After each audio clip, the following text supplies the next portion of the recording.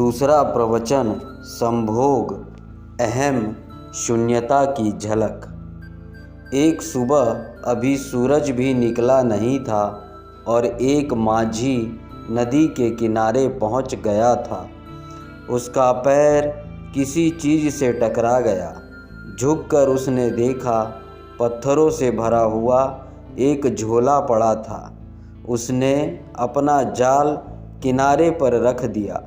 वह सुबह सूरज के उगने की प्रतीक्षा करने लगा। सूरज उग आए, वह अपना जाल फेंके और मछलियाँ पकड़े। वह जो झोली उसे पड़ा हुआ मिल गया था, जिसमें पत्थर थे, वह एक एक पत्थर निकाल कर शांत नदी में फेंकने लगा। सुबह के सन्नाटे में उन पत्थरों के गिरने की छपाक की आवाज़ सुनता, फिर दूसरा पत्थर फेंकता। धीरे धीरे सुबह का सूरज निकला, रोशनी हुई। तब तक उसने झोले के सारे पत्थर फेंक दिए थे। सिर्फ एक पत्थर उसके हाथ में रह गया था।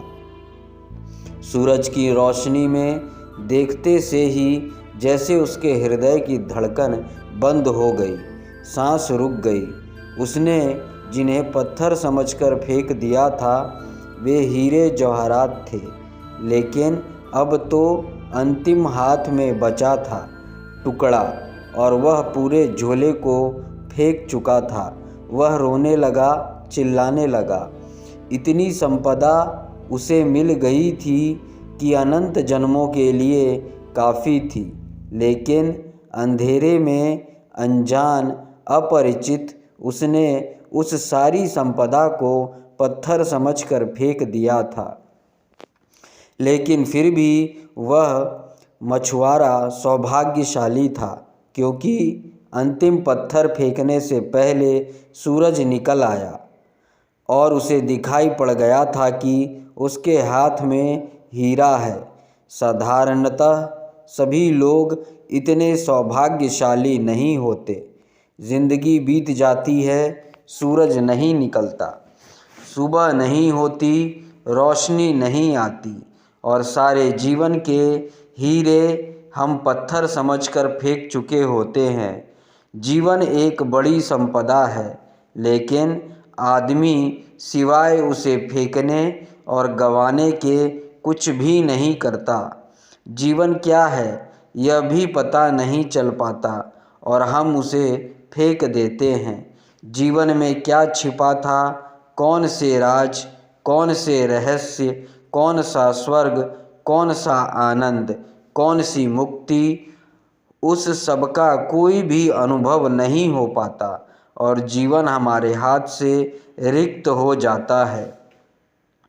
इन आने वाले 3 दिनों में जीवन की संपदा पर ये थोड़ी सी बातें मुझे कहनी है, लेकिन जो लोग जीवन की संपदा को पत्थर मानकर बैठ गए हैं, वे कभी आंखें खोलकर देख पाएंगे कि जिन्हें उन्होंने पत्थर समझा है, वे हीरे मणिक हैं।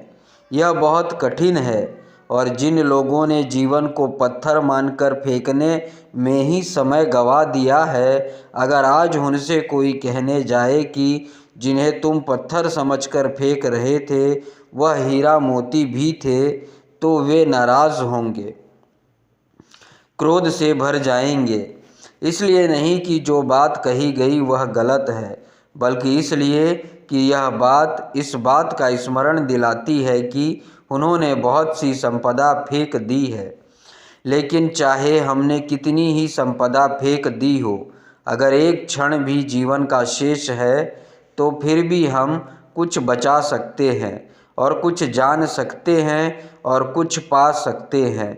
जीवन की खोज में कभी भी इतनी देर नहीं होती कि कोई आदमी निराश होने का कारण पाए, लेकिन हमने यह मान लिया है अंधेरे में, अज्ञान में, कि जीवन में कुछ भी नहीं है सिवाय पत्थरों के। जो लोग ऐसा मानकर बैठ गए हैं, उन्होंने खोज के पहले ही हार स्वीकार कर ली है। मैं इस हार के संबंध में इस निराशा के संबंध में, इस मान ली गई पराजय के संबंध में सबसे पहली चेतावनी यह देना चाहता हूँ कि जीवन मिट्टी और पत्थर नहीं है। जीवन में बहुत कुछ है। जीवन के मिट्टी पत्थर के बीच भी बहुत कुछ छिपा है। अगर खोजने वाली आंखें हो तो जीवन से वह सीढ़ी भी निकलती है जो परमात्मा तक पहुँचती है। इस शरीर में भी जो देखने पर हड्डी, मांस और चमड़ी से ज़्यादा नहीं है, वह छिपा है जिसका हड्डी, मांस और चमड़ी से कोई भी संबंध नहीं है। इस साधारण सी देह में भी जो आज जन्मती है, कल मर जाती है और मिट्टी हो जाती है, उसका वास है जो अमृत है, जो कभी जन्मता नहीं और कभी समाप्त भी नहीं होता। रूप के भीतर आरूप छिपा है और दृश्य के भीतर अदृश्य का वास है और मृत्यु के कुहासे अमृत की ज्योति छिपी हुई है। मृत्यु के धुएं में अमृत की लौ भी छिपी हुई है। वह फ्लेम, वह ज्योति भी छिपी हुई है जिसकी कोई मृत्यु नहीं है। लेकिन हम धुएं को देखकर ही वापस लौट आते हैं और ज्योति को नहीं खोज पाते। या जो लोग थोड़ी हिम्मत करते हैं वे धुएं में ही खो जाते हैं और ज्योति तक नहीं पहुंच पाते हैं। यह यात्रा कैसे हो सकती है कि हम धुएं के भीतर छिपी हुई ज्योति को जान सके, शरीर के भीतर छिपी हुई आत्मा को पहचान सके, प्रकृति के भीतर छिपे हुए परमात्मा के दर्शन कर सके। यह कैसे हो सकता है? उस संबंध में ही 3 चरणों में मुझे बात करनी है। पहली बात, हमने जीवन के संबंध में ऐसे दृष्टिकोण बना लिए हैं, हमने जीवन के संबंध में ऐसी धारणाएं बना ली है, हमने जीवन के संबंध में ऐसा फलसफा खड़ा कर रखा है कि उस दृष्टिकोण और धारणा के कारण ही जीवन के सत्य को देखने से हम वंचित रह जाते हैं। हमने मान ही लिया है कि जीवन क्या है, बिना खोजे, बिना पहचाने, बिना जिज्ञासा किए हमने जीवन के संबंध में कोई निश्चित बात ही समझ रखी है। हजारों वर्ष से हमें एक ही बात मंत्र की तरह पढ़ाई जा रही है कि जीवन असार है, जीवन व्यर्थ है, जीवन दुख है।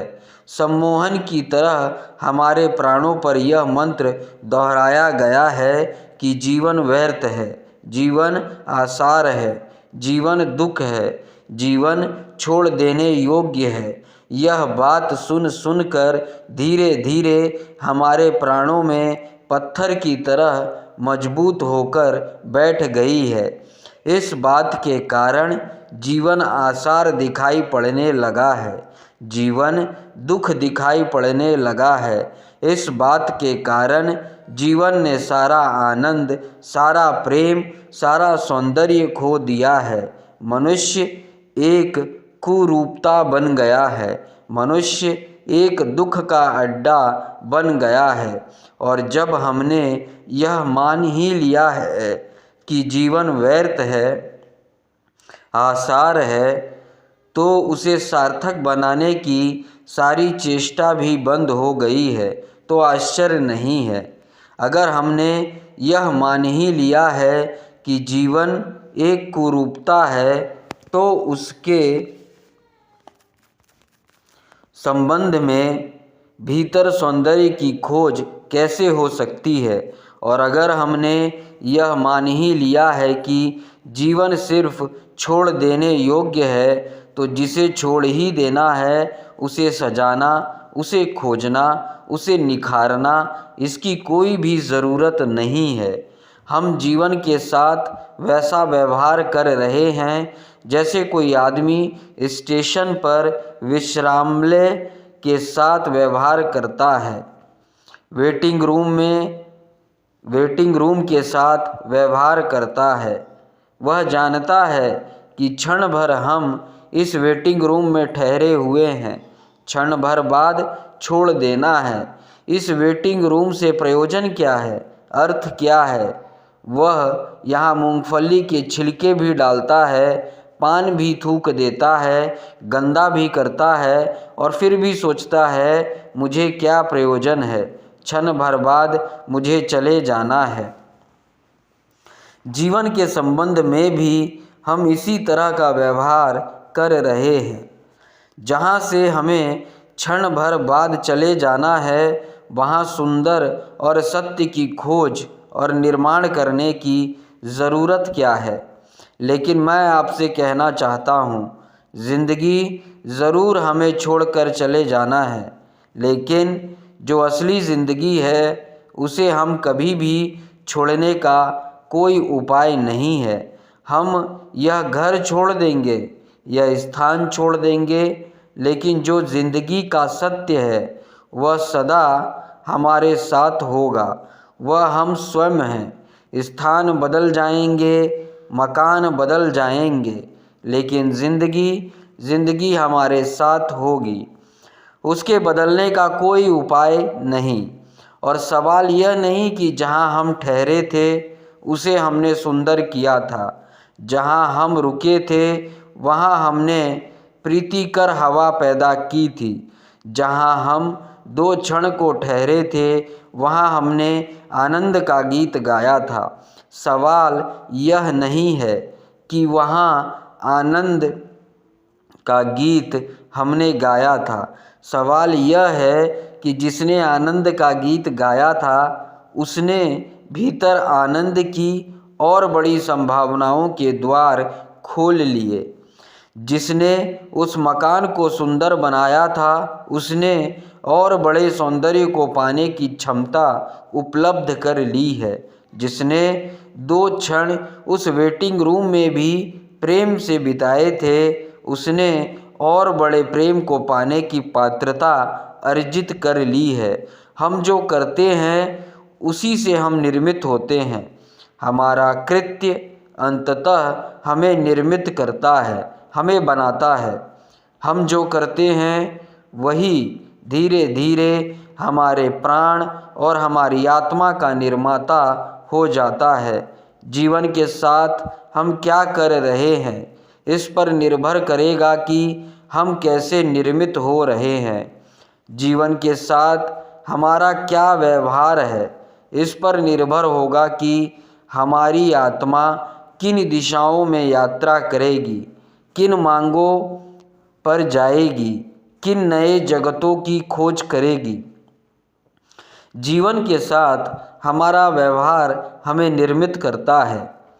यह अगर स्मरण हो तो शायद जीवन का आसार व्यर्थ मनाने की दृष्टि हमें भ्रांत मालूम पड़े, तो शायद हमें जीवन को दुखपूर्ण मानने की बात गलत मालूम पड़े, तो शायद हमें जीवन से विरोधी रुख अधार्मिक मालूम पड़े।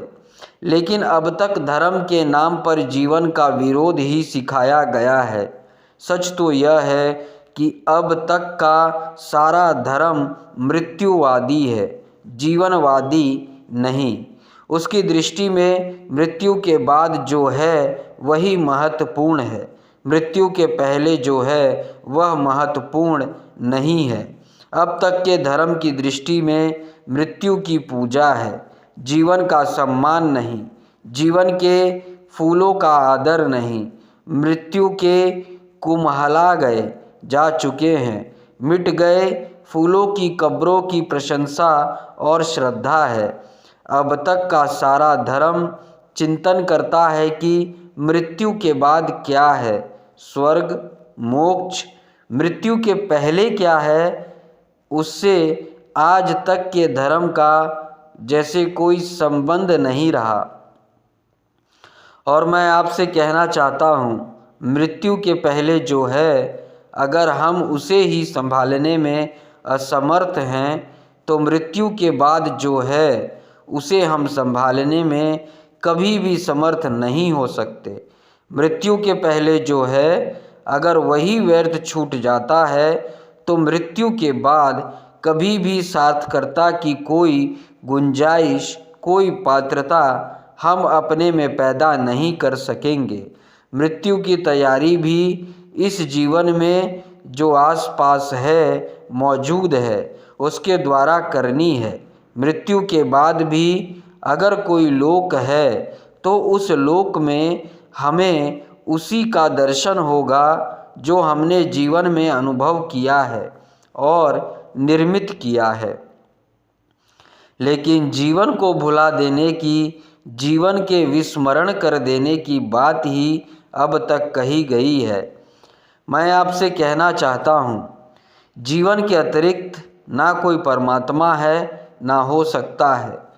मैं आपसे यह भी कहना चाहता हूँ, जीवन को साध लेना ही धर्म की साधना है और जीवन में ही परम सत्य को अनुभव कर लेना मोक्ष को उपलब्ध कर लेने की पहली सीढ़ी है। जो जीवन को ही चूक जाता है वह और सब भी चूक जाएगा, यह निश्चित है। लेकिन अब तक का रुख उल्टा रहा है।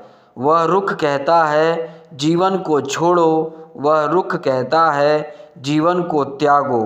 वह यह नहीं कहता कि जीवन में खोजो, वह यह नहीं कहता कि जीवन को जीने की कला सीखो, यह भी नहीं कहता कि जीवन को जीने के ढंग पर निर्भर करता है कि जीवन कैसा मालूम पड़ेगा। अगर जीवन अंधकारपूर्ण मालूम पड़ता है तो वह जीने का गलत ढंग है। यही जीवन आनंद की वर्षा भी बन सकता है अगर जीने का सही ढंग उपलब्ध हो जाए। धर्म को मैं जीने की कला कहता हूँ। यह आर्ट ऑफ लिविंग है। धर्म जीवन का त्याग नहीं, जीवन की गहराइयों में उतरने की सीढ़ियाँ है। धर्म जीवन की तरफ पीठ कर लेना नहीं, जीवन की तरफ पूरी तरह आँख खोलना है। धर्म जीवन से भागता नहीं, जीवन को पूरा आलिंगन में लेने का नाम है। धर्म है जीवन का पूरा साक्षात्कार। यही शायद कारण है कि आज तक के धर्म में सिर्फ बूढ़े लोग ही उत्सुक रहे हैं। मंदिरों में जाएं, चर्चों में, गिरजाघरों में, गुरुद्वारों में और वहाँ वृद्ध लोग दिखाई पड़ेंगे। वहाँ युवा दिखाई नहीं पड़ते, वहाँ छोटे बच्चे दिखाई नहीं पड़ते। क्या कारण है? एक ही कारण है, अब तक का हमारा धर्म सिर्फ बूढ़े का धर्म है, उन लोगों का धर्म है जिनकी मौत करीब आ गई और अब जो मौत से भयभीत हो गए हैं और मौत के बाद के चिंतन के संबंध में आतुर हैं और जानना चाहते हैं कि मौत के बाद क्या है। जो धर्म मौत पर आधारित है वह धर्म पूरे जीवन को कैसे प्रभावित कर सकेगा। जो धर्म मौत का चिंतन करता है वह पृथ्वी को धार्मिक कैसे बना सकेगा। वह नहीं बना सका। 5000 वर्षों की धार्मिक शिक्षा के बाद भी पृथ्वी रोज अधार्मिक से अधार्मिक होती चली गई है। मंदिर है, मस्जिद है, चर्च है, पुजारी है, पुरोहित है, सन्यासी है, लेकिन पृथ्वी धार्मिक नहीं हो सकी है और नहीं हो सकेगी, क्योंकि धर्म का आधार ही गलत है। धर्म का आधार जीवन नहीं है, धर्म का आधार मृत्यु है। धर्म का आधार खिलते हुए फूल नहीं है, कब्र है। जिस धर्म का आधार मृत्यु है वह धर्म अगर जीवन के प्राणों को स्पंदित ना कर पाता हो तो कोई आश्चर्य क्या है। जिम्मेवारी किसकी है? मैं इन 3 दिनों में जीवन के धर्म के संबंध में ही बात करना चाहता हूँ, इसलिए पहला सूत्र समझ लेना जरूरी है और इस सूत्र के संबंध में आज तक छिपाने की, दबाने की, भूल जाने की सारी चेष्टा की गई है, लेकिन जानने और खोजने की नहीं, और उसे भूलने और विस्मृत कर देने की चेष्टा के दुष्परिणाम सारे जगत में व्याप्त हो गए हैं। मनुष्य के सामान्य जीवन में केंद्रीय तत्व क्या है? परमात्मा, आत्मा या सत्य? नहीं। मनुष्य के प्राणों में जिसने कोई खोज नहीं की, जिसने कोई यात्रा नहीं की, जिसने कोई साधना नहीं की, उसके प्राणों की गहराई में क्या है? प्रार्थना है या पूजा है?